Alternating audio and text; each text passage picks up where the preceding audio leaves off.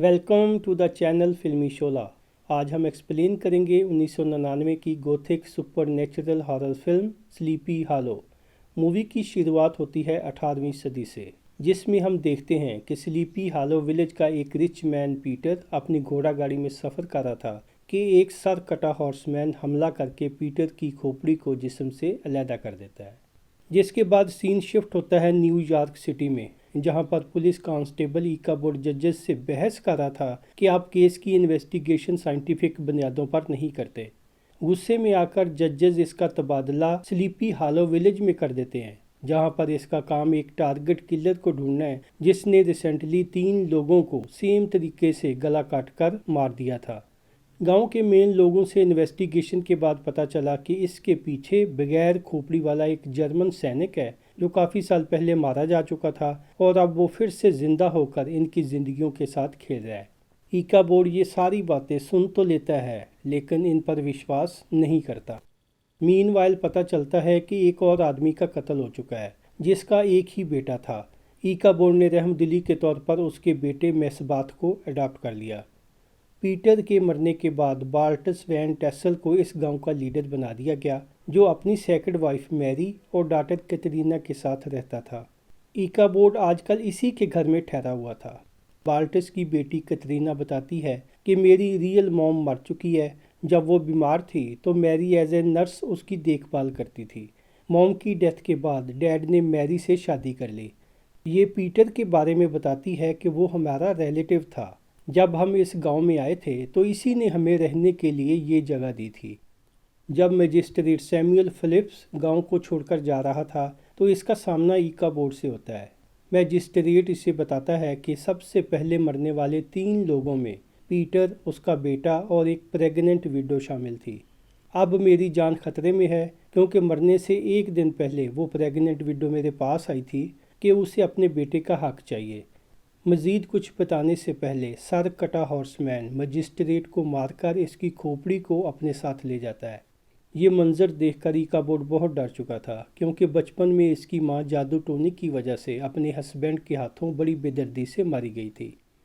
Horseman की असलियत को जानने के लिए ईकाबोर्ड, कैटरीना और मेसबात इसकी कब्र को ढूंढने एक जंगल की तरफ निकल पड़ते हैं।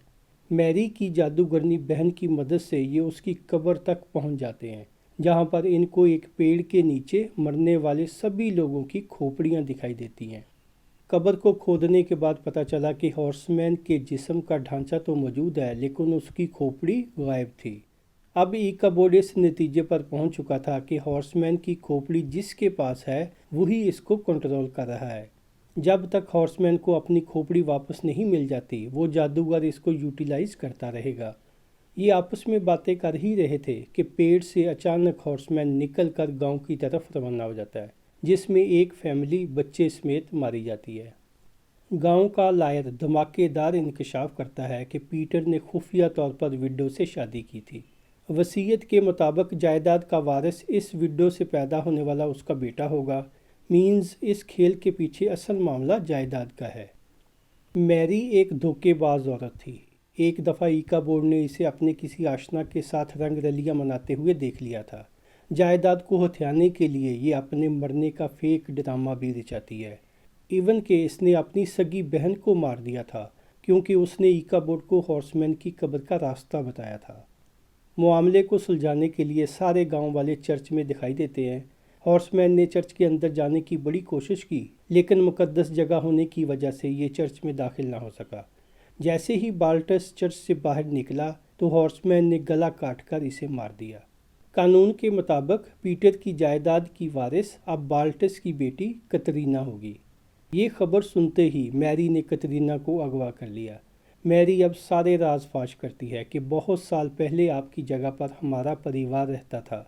जब पीटर ने हमें बेदखल करके वो जगह आप लोगों को दे दी तो छोटी सी उम्र में हम दोनों बहनें जंगल में रहने पर मजबूर हो गई थी। उन्हीं दिनों में जर्मन सैनिक यानी हॉर्समैन को हमारी आंखों के सामने मारकर कब्र में दफनाया गया था। अब उसकी खोपड़ी मेरे पास है और मैं ही जादू के ज़रिए हॉर्समैन को कंट्रोल करती हूँ। मैरी अपने आखिरी शिकार कैटरीना को मारने के लिए हॉर्समैन को बुला लेती है, लेकिन ईकाबोर्ड ने खोपड़ी को मैरी से छीन कर हॉर्समैन के हवाले कर दिया। अपना सर रीस्टोर करने के बाद वो मैरी को अपने साथ हेल में ले जाता है। इस तरह गांव वालों को हॉर्समैन की टारगेट किलिंग से हमेशा के लिए निजात मिल जाती है, जिसके बाद होती है फिल्म की हैप्पी एंडिंग, जिसमें ईकाबोर्ड, कतरीना और मेस्बाथ अपनी नेक्स्ट लाइफ को शुरू करने के लिए ये न्यूयॉर्क सिटी में शिफ्ट हो जाते हैं।